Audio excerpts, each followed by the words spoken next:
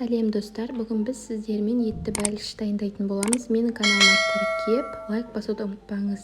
250 грамм жылы суға тұзымызды саламыз, ашытқымызды саламыз және де сұйық май қосамыз.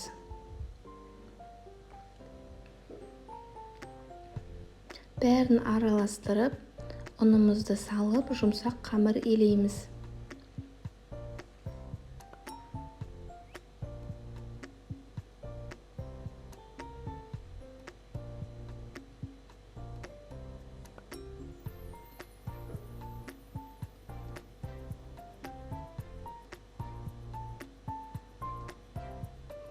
Қамырымыздың бетін жауып, жылы жерге 1 сағатқа қойып қоямыз. Оған дейін салмасын дайындаймыз.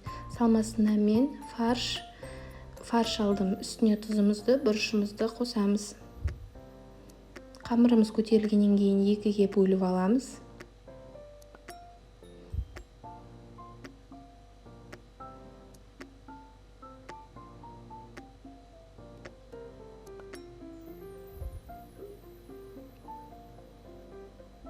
Картобымызды тураймыз және де мен сиыр қостым.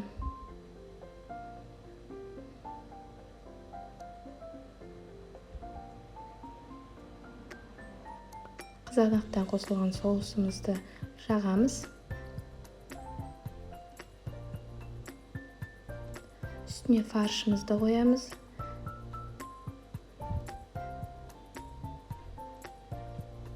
Және де қызанақ қойып шығамыз.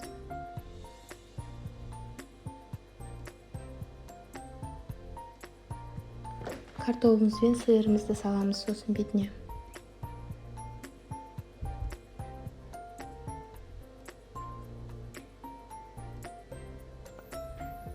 Екінші қамырымызды жайып, бәлішіміздің бетін жабамыз.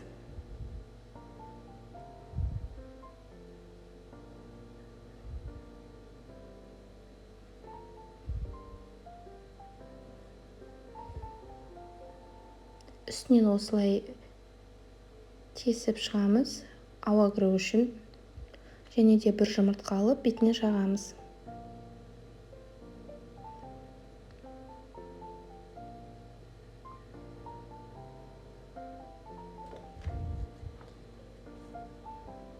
Қызып тұрған пеште 180 градуста 25 минут пісіріп аламыз.